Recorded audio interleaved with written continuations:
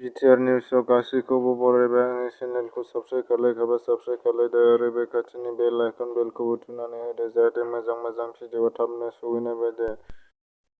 आसामनि गिबि मन्थ्रि हिमन्त बिश्व शर्मा बिथाङा गावनि फिसाजोनि फट'खौ लानानै भाइरेल खालामनाय प्रति लाइभ बिगोमाखौ मैया पुलिस बिफानाव केस होनाय जाबाय आरो बेखौ आयेन बायदियै साजा होगोन होननानै बुंनाय जाहैदों आरो बिथाङा फट'खौ भाइरेल खालामनानै होनायनि थाखायनो बे खामानिखौ मावनांगौ जादों। बिथां डक्टर हिमन्त बिश्व शर्माया आयेननि राहा लानो गोनां जाहैबाय।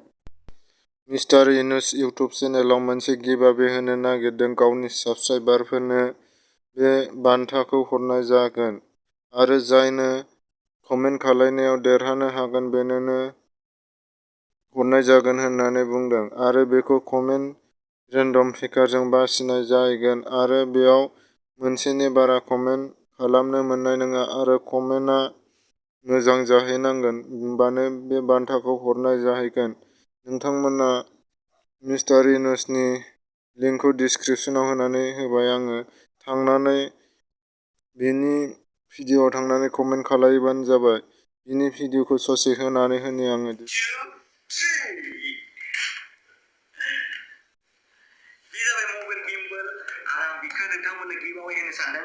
बिनि प्राइसआ जाबाय 6500। 6000नि गाहायावथ' बेखौ मोनखानाय नङा।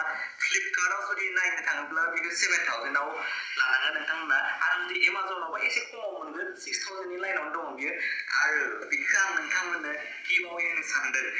बेखौ आङो बायदोंमोन 2019आव आरो आं बेखौ बारा इउज खालामबाखै। आं बेखौ शिलं ट्रिपआव इउज खालामबाय, दैजिं फेस्टिभेलाव इउज नोंथांमोना बान्थाखौ मोननो लुगैदोंबा डिसक्रिपसनाव थांनानै बिनि चेनेलनि लिंकआव थुनानै हाबनानै भिडिअनि गाहायाव मोनसे कमेन्ट होनानै होबानो जाबाय आरो जेबो खालामनांगौ गैया। मोनसेनि बारा होनाङा आरो मोनसेयानो मोजां जानांगोन कमेन्टआ।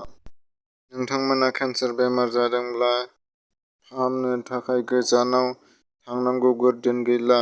मैयाहाय जिएमसिएइचआव बिथां डक्टर हिमन्त बिश्व शर्माया बेखौ खुलिनानै होबाय एडिएसनाव आरो जिएमसिएइचआवनो खुलिनानै होबाय। बेखौ 28 कौटि रांनि बाजेट होननानै बुंदों आरो बेवहाय बे मिशनआ गोजौ थाखोनि आरो बेवहाय केन्सार फाहामनायनि थाखाय गोबां सुबिदा दङ।